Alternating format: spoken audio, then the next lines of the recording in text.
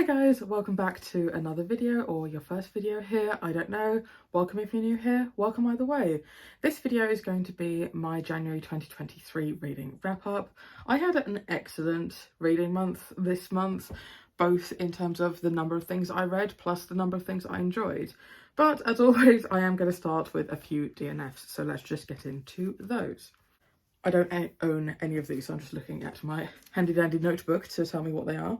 So first of all, we have We Are the Wildcats. I was enjoying this to begin with.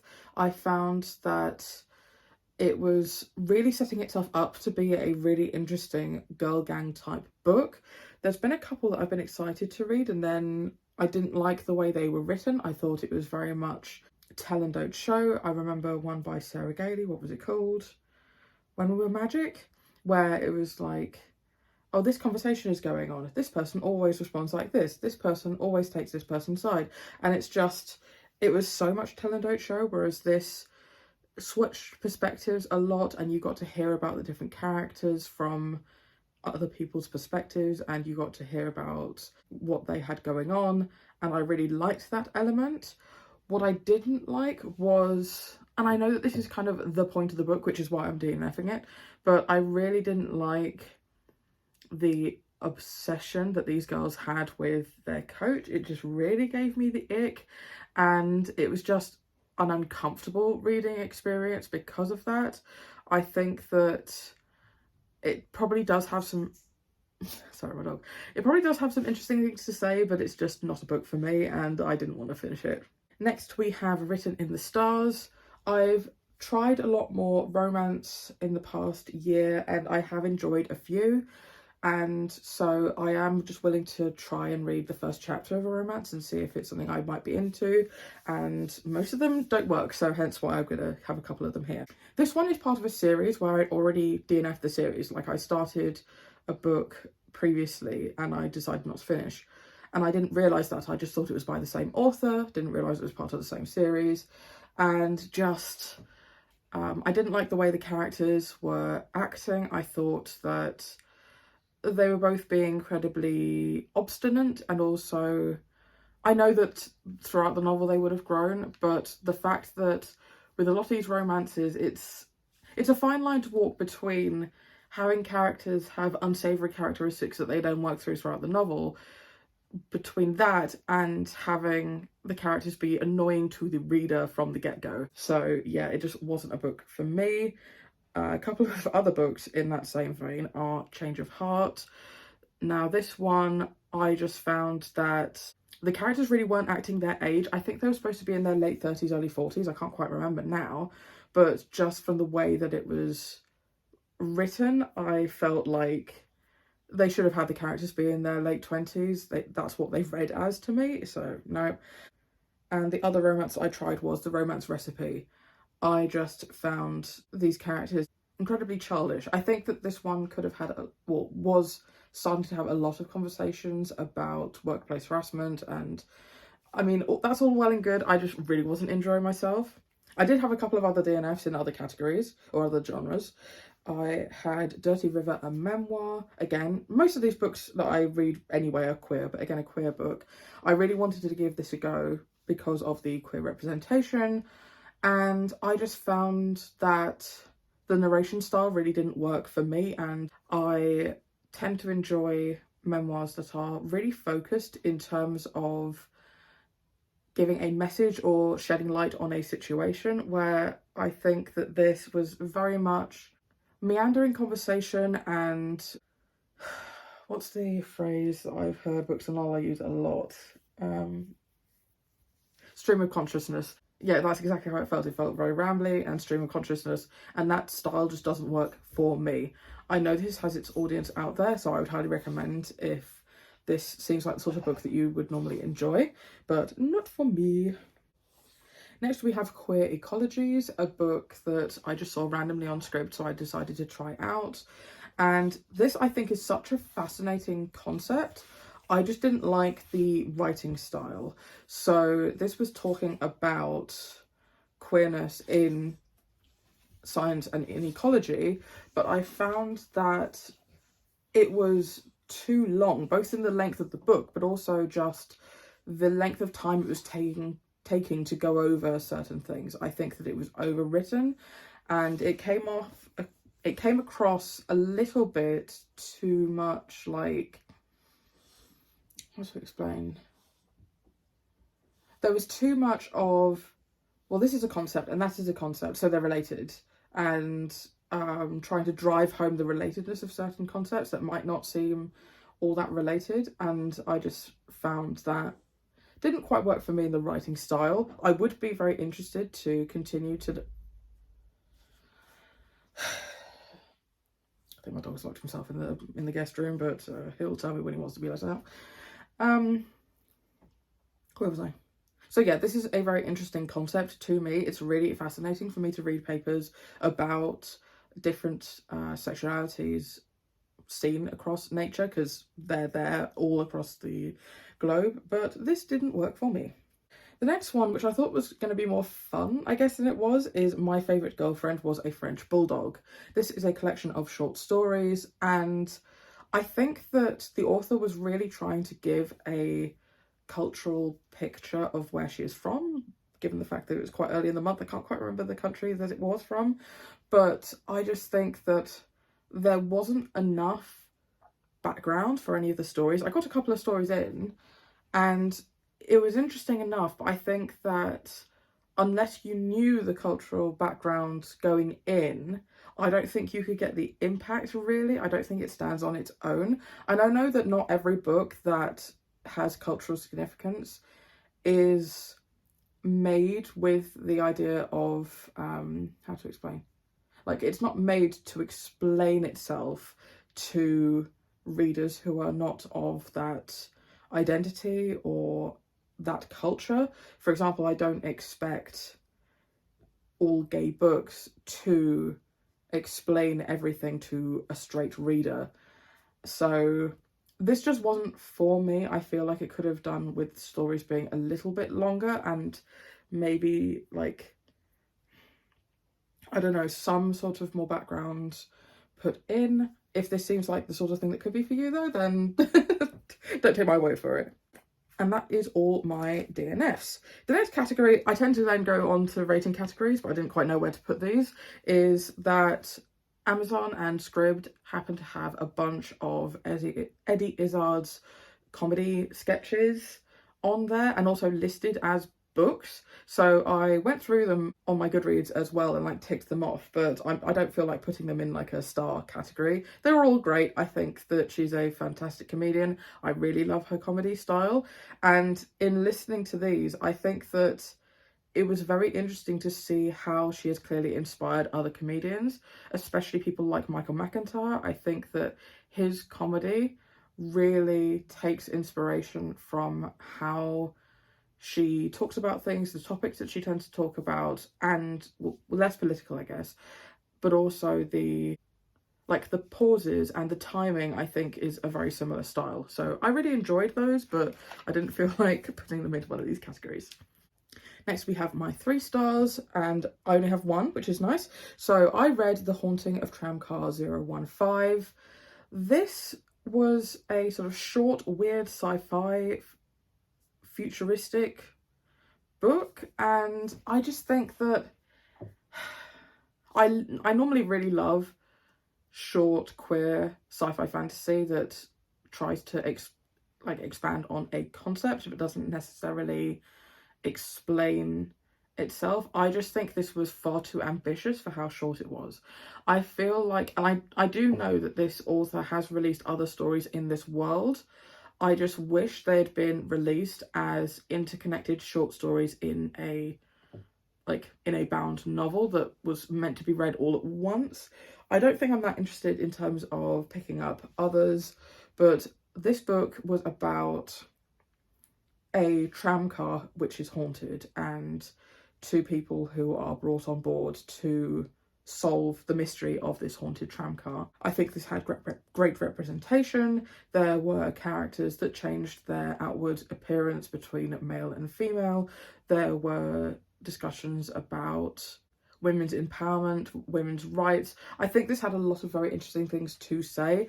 I just think that there were too many elements at play to really be able to fully explore all of them. So a fine enough read, but not something that I'm going to return to. Next, I have some 3.5 stars. So Deco Boko Sugar Days is a comic that I read a little while ago, and so I read volume 2 and the 2 shorts associated with this. Honestly, it's not something I'm ever going to think about again. It's fun, it's gay. I'm really glad that all of these bigger comic publishers are taking note and seeing that people want more diverse stories. Brilliant, but I'm never going to think about this again. It was just fine.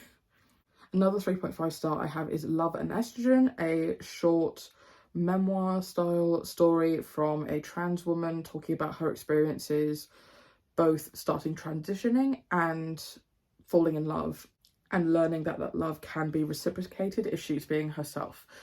I'm again really glad that these bigger publishers are learning that people want to hear experiences from more diverse authors. So I'm glad that that's the trajectory that we're moving on to, especially with the sort of short trans non-fiction that we're seeing on platforms like Audible. But I do hope this transitions to people being able to write fiction and happy stories and not dwell in trauma in order to get their stories out there. Next, we are on to our 4 stars, some of which I have in person. So I reread Brisingr this month, and this was a chonky boy. I am not looking forward to how long it's going to take me to finish the last book. So when I was a lot younger, I read the first 3 books in this series to completion, really enjoyed it. I took the 4th one out from the library, never finished it before I had to give it back, and I left it so long to like this point where I could not go into the last book without having reread the first 3. So this is a fantasy series about a boy who finds a dragon egg and the politics that ensues from there. So this series has got so much hate, not even recently, but it's got a lot of hate for being very stereotypical of the genre. And I just think that, you know, this kid wrote these books and I just think they're so impressive, and I think they're still a very, very good time, even if they're not the most unique things out there on the market. I just think this is such a staple of the fantasy genre, and I really think that this can be a really good introduction to fantasy, especially for younger readers. Although it's interesting how much more adult themes I'm picking up reading it as an adult. So this reading experience was a little bit strange because in reading it, it's really reminded me of the plot beats in here. So none of the things that occurred were surprises necessarily, but it was still a very enjoyable read. I think that Aragon as a main character is really growing, and also it's reintroduced me to like when things happen per book, because there were things that I thought happened in this one that clearly is my memory from the last one. So I am very interested to see how it all shapes up and ends, and I really hope I can finish out the series this year so that I can knock it off my shelves. Next, we have another book in a series, and that is Into the Riverlands by Ni Vo. This is a series of novellas about a cleric called Chi and how they travel around collecting these stories of people. I think that Chi is becoming far more of a main character as the series goes on, and each book in this how many times can I say series?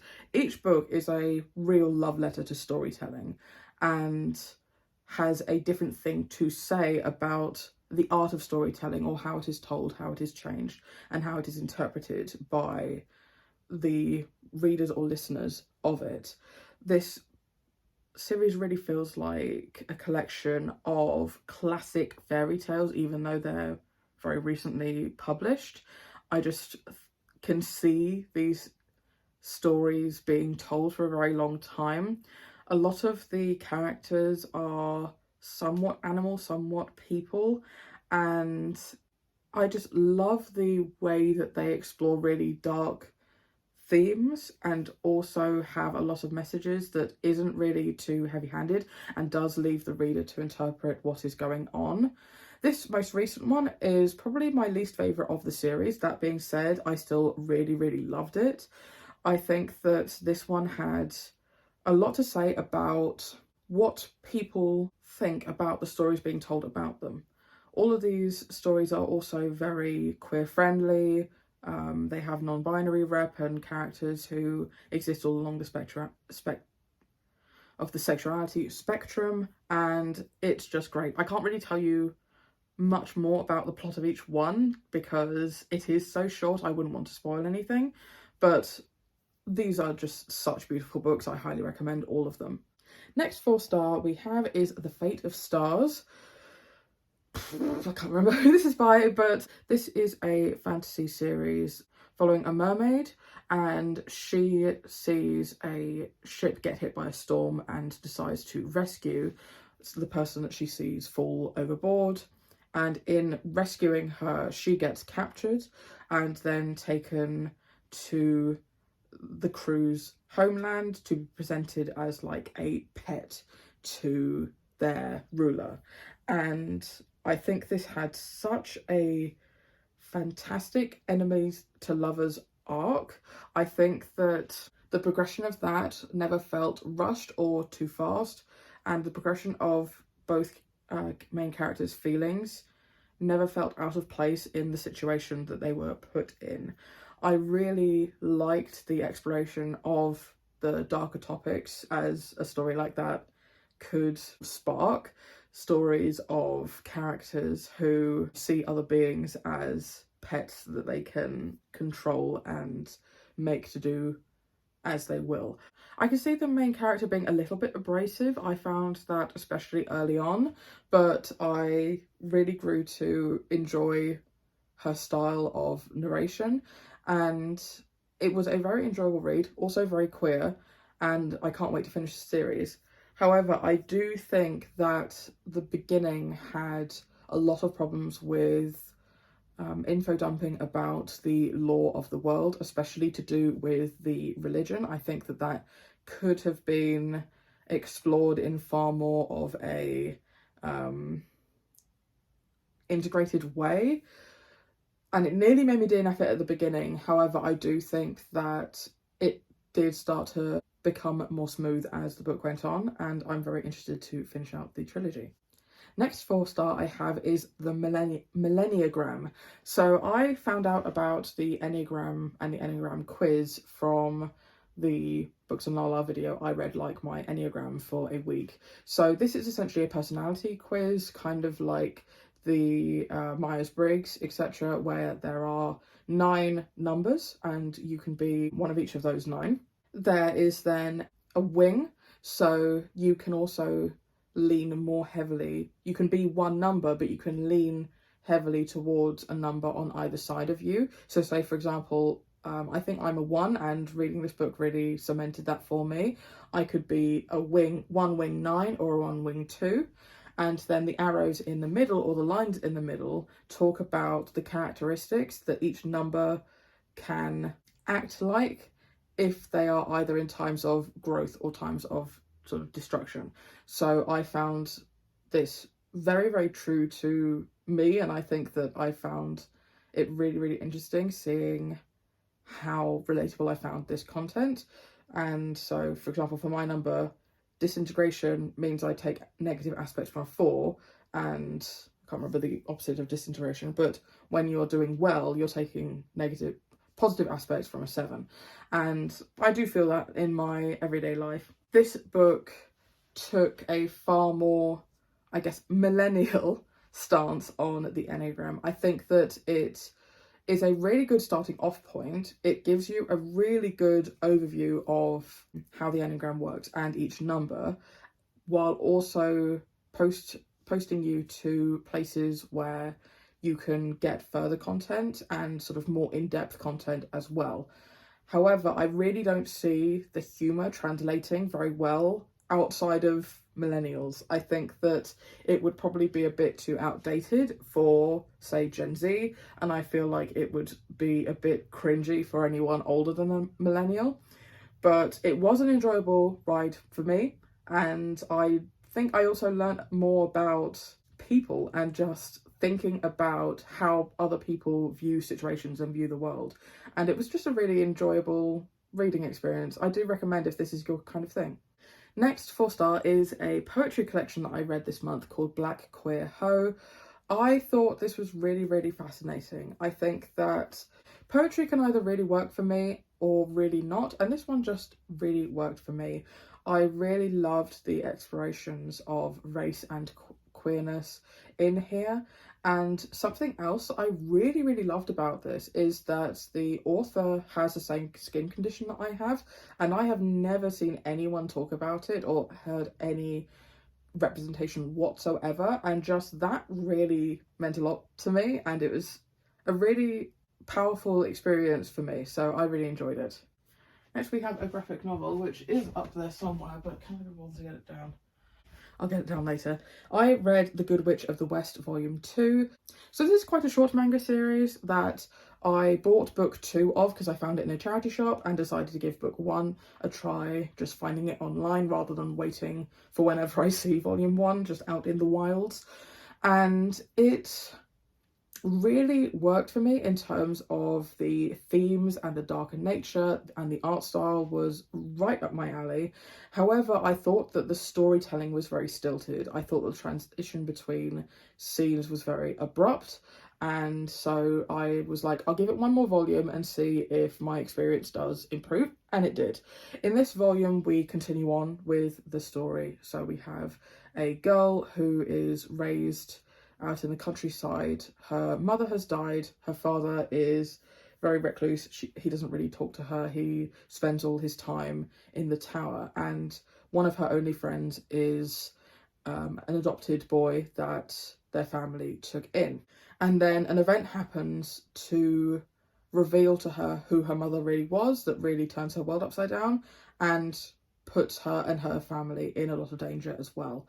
So the story continues in this one. I'm not going to say any more because I think that would spoil things, but I am interested to see how this continues, although I'm really worried about the outcome of, I don't know if it's leading towards a love triangle. I feel like it is, and I'm worried about how that's going to go. Obviously, when this came out, it's quite an old manga at this point. Love triangles were far more new than they are right now, and I am really sick of them. So we will see how that goes. But at the moment, really enjoying it. But that is all we have in terms of the 4 stars. And now we are on to my favourites of the month, which I had quite a few of. And so the first 5-star I also have a copy of.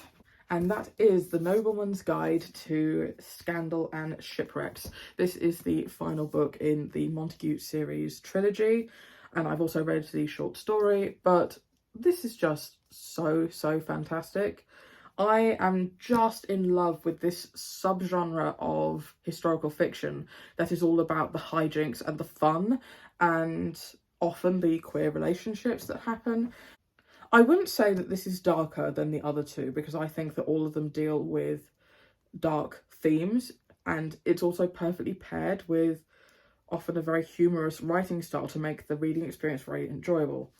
However, I would say that this one was the hardest to read because this character has severe anxiety and OCD, and you are in their head for the entirety of the book, and that is a hard reading experience, but I think very well done and very well dealt with, despite the historical context as well. Each of the books in this series follows one of these siblings and their very tenuous relationship with their parents and with each other.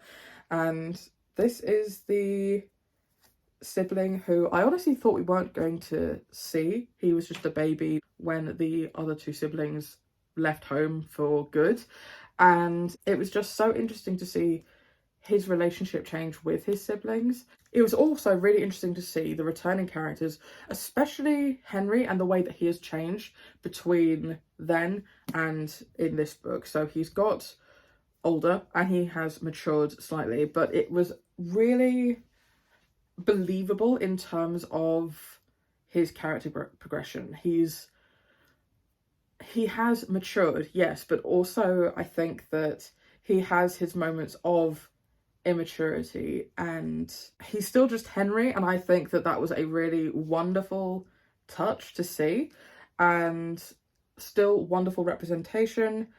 Henry being bi, he's in a gay relationship. Can't remember the sister's name for goodness sake, but she being ace and talking about her relationship. And I think that this character doesn't really talk about his sexuality in terms of giving it a name, but I think that I definitely interpreted this character as bi, despite the fact that he is in a straight relationship, which is fantastic to see representation of, given the fact that anyone we see in a straight couple we assume is straight. And I just found this so brilliant and a wonderful way to finish out the series. Look how wonderfully they all look on my shelves.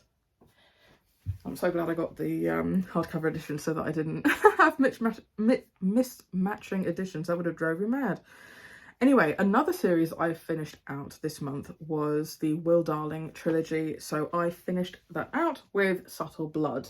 And this was just a... Sorry that I keep on itching my nose. I don't know why it's got itch. Anyway, this was such a brilliant round out to the series.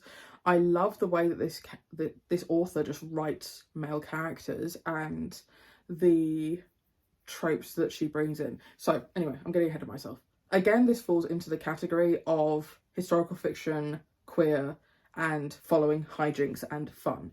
And the first book opens with a bookshop owner, and he has come back from the war. He now has this job, but is kind of struggling with adjusting to life beyond the war, and then some very shady characters start coming into the bookshop demanding that he gives them the information, and he's like, what have I got myself caught up in?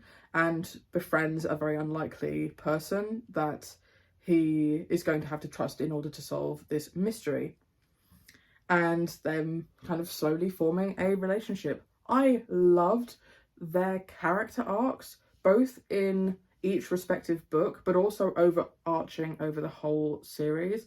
I thought it was so believable, but also so touching. I love, especially in this subgenre, I really love the concept of two very tough characters who have built a wall around themselves in different ways, often, sometimes being very stoic and not letting anyone in, sometimes having a very arrogant mask, and the vulnerability that they start to show to one another and the sort of cracking of that hard shell and finding out what someone is really like. I just love that trope I found in these series, and I just thought this was a fantastic example of that. I loved the mystery in here. It had a lot of twists and turns, and I just think this also dealt with so many really important topics like homophobia, racism, fat phobia, sexism, abusive parental relationships, and how that can really screw up a person. Really difficult sibling relationships. How much are you bound to someone by bloodline? And like classism as well. These two characters are from very different backgrounds, and it does threaten to really pull them apart, especially in this novel. And I just thought that it came to such a wonderful, not even just wonderful, I don't think that's the right word, but it was just such an epic conclusion. I loved it. And in following out that series, I also read the short stories associated with that. So between book 2 and book 3, you have To Trust a Man on His Word, and after book 3, you have How Goes the World. Both of those short stories were really great. You don't need them to understand the full context of the series, so the series stands alone without those short stories. But they were wonderful additions. They gave some backstory to some of the characters or some of the moments that we don't see in the books. But also, I don't think that they would technically stand on their own without the background of the books. I think that these definitely need to be read in the order they came out.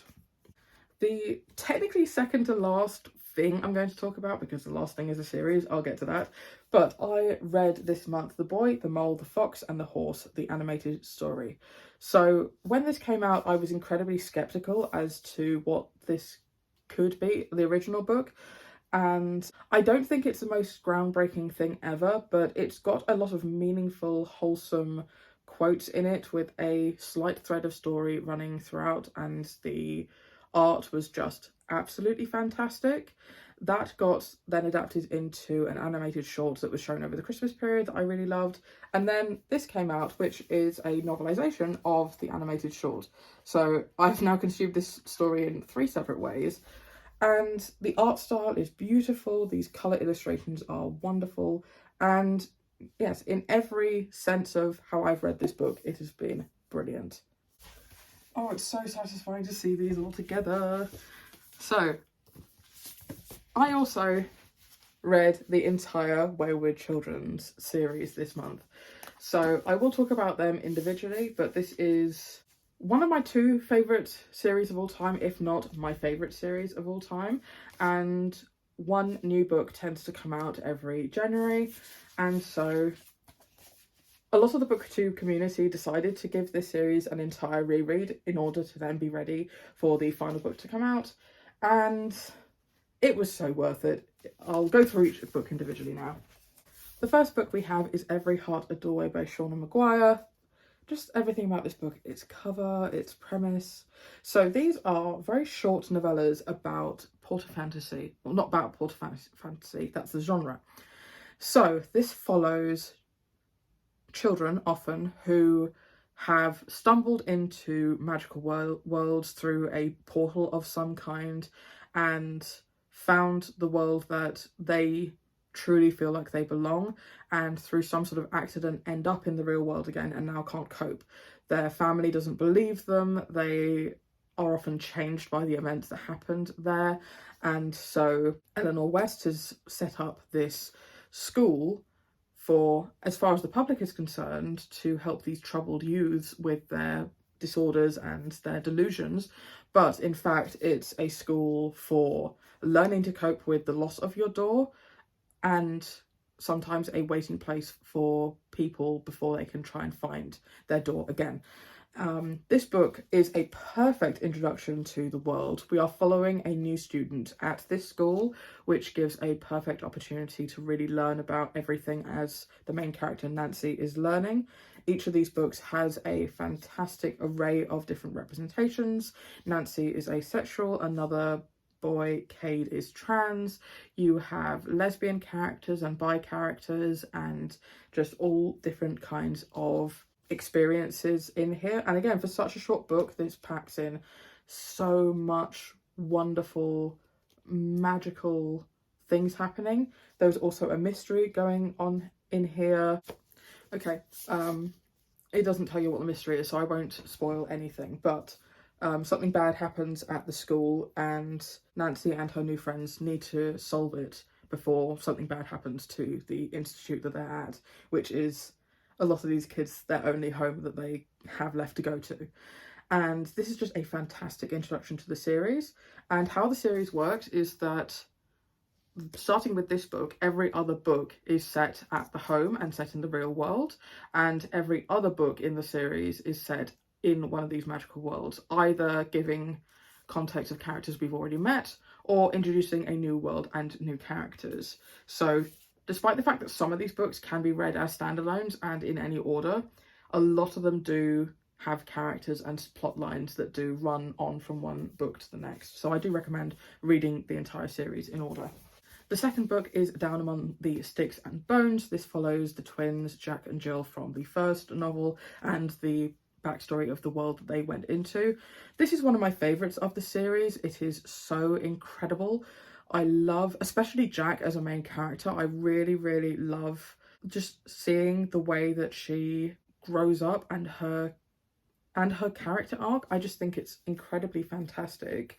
She has OCD and that is explored in the world in the context of the fact that this world hasn't heard of something like OCD. This also has so much messages about the people who just shouldn't have children and how children are not your dolls to shape into who you think they should be and how damaging that can be to people growing up. And this is just utterly brilliant. I'm not going too much into the plot of each of these in case you haven't read the first one, in which case I don't want to spoil anything. This next one is Beneath the Sugar Sky. I did give this 5 stars originally. All of this series gets 5 stars, by the way. But it was my least favourite of the series when I originally read it. However, upon reread, I did enjoy it more this time around. I think that knowing what happened, I could really appreciate the goings on in here. So here we're following sort of a time warp situation. We are introduced to Cora, who is a mermaid, and while wanting to go out for a swim, a girl drops from the sky, claiming to be the daughter of someone who has died and is looking for her mother to undead them, essentially. So the characters have to go on a quest to try and save her from never existing in the first place. Is it Rini? Or yeah, Rini. So Rini is quite a grating main character. She's not the narrator of the story, but she can be incredibly grating, which is why I didn't like it the first time. But I think it really fits for her and led to some really wonderful quotes that I just loved. And so this was much better upon reread. Now, I do think that I have got these in order. Next, we have In an Absent Dream by... Why do I keep on saying who they're by? They're all by Sean Maguire. So this book follows Lundy, who we met in the first novel, and she finds a door to the Goblin Market. Again, this one this one explores the themes of how people parent their children and the effects that that has on them, and generational trauma as well. This also, in the Goblin Market, it's so interesting to see how dangerous how you can word something is and how much you can ask of someone and not being able to take what they need from you in return, and the concept of fair value. And it was just such a fascinating concept explored in here, and this was just beautifully sad. Next, we have technically one of the longer ones, although this does feel a bit shorter than some of the others. We have another one that I absolutely love, Tumbling Down, and we revisit Jack and Jill and the home. And again, I can't really give you much of the plot because it would spoil the outcome of some of the other books. But again, I always love an opportunity to be able to see these characters again. And yeah, excellent. What else do I have to say? So now we're moving away from rereads and into books in the series where I hadn't read them before this year. Over the past couple of years, I kind of dropped the ball and hadn't kept up with it. So this was the first time I read Across the Green Grass Fields. So this is one of the books that's described as one that you can enter in the series from. So in here, we are introduced to a world and a character that we haven't seen from previous novels, but does start to play roles in later novels. And so we are following a girl who is very, very passionate about horses and ends up in a sort of equine world. This, again, like Beneath the Sugar Sky, is not technically my favourite of the series, but still got 5 stars. I still really loved it. This has a lot to say about toxic friendships and bullying and what you will let occur in order to prevent bullying from happening to you, and what people can do with your trust. It also has some excellent representation in here. There is a character who is intersex, and that is very rarely explored in books that I read, and just this was really, really interesting. I think this also had a very excellent commentary about the people that rule you and having your best interests at heart and challenging the people who rule you. So this was, again, a very good read. So the second to last book, and the last book that I actually have in physical form, is Where the Drowned Girls Go. This one's very interesting. So again, I gave it 5 stars, but I read it twice this month because I really wanted to check that was how I felt about it. This one follows Cora again, who we met in a lot of the earlier novels, and who is the mermaid. And I really love her character and her character arc. So she is plus sized, has been bullied for that a lot, and she is just a very strong person, and it is her metabolism and her genetics that means that she just keeps weight on, not because she's been over or under eating. And she comes to the conclusion at the end of one of the other books that Miss Eleanor's school is not the right decision for her, and she asked to be transferred for the sister school, which is for the children who want to forget what happened to them. And the problem I had in my first read through was, one, I was just so excited to be reading more in this world that I was reading through it way too fast, and I think I did miss some things. But also the setup was so eerily similar to a book that I read when I was a lot younger, called The Girl Who Could Fly, or The Girl Who Flew, or something along those lines. And I think because I had that in my head and I was like, hang on a minute, this is reminding me a lot of that book, which I did enjoy at the time. I don't know if I would rereading it. I haven't sought to reread it since I first read it, but I couldn't quite enjoy this by its own merits and on its own, given the fact that I had that other book in my head. So after reading a couple of other things, giving it a couple of weeks, I did reread this, and this absolutely stands up as, again, one of the best in the series. I think this is just such an excellent book about trauma and about how trauma in children is treated, and how you can't just say, yes, everyone must be treated in this same way because that is how we fix everyone. And I just think that we got introduced to so many other characters and worlds in this book as well, especially given the fact that we are at a new school with other students. I think that this gives so much more opportunity for so many more stories in this series, and I just really hope it goes on forever. I am going to be very sad when Shonen stops writing these novels, because they're just great. Finally, the book that actually came out this year, and that is Lost in the Moment and Found. This one was a very hard read. The author's note really meant a lot in the reading experience because it explains some of the triggers, but also tells you a little bit about how that's going to pan out, because the book is about loss of childhood innocence.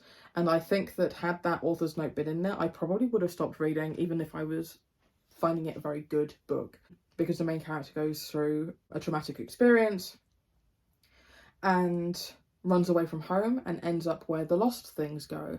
And she's essentially in this world that is where all the lost things ends up. And she is in one of the previous novels. We do meet her. Actually, when the book first got sort of pitched, I thought we would be in the web world from the first book, but it wasn't. It was a different one. And it was so interesting about the themes of the things that you can't find once they've been lost, and how people can use you and take away innocence from you. It was such a beautiful book.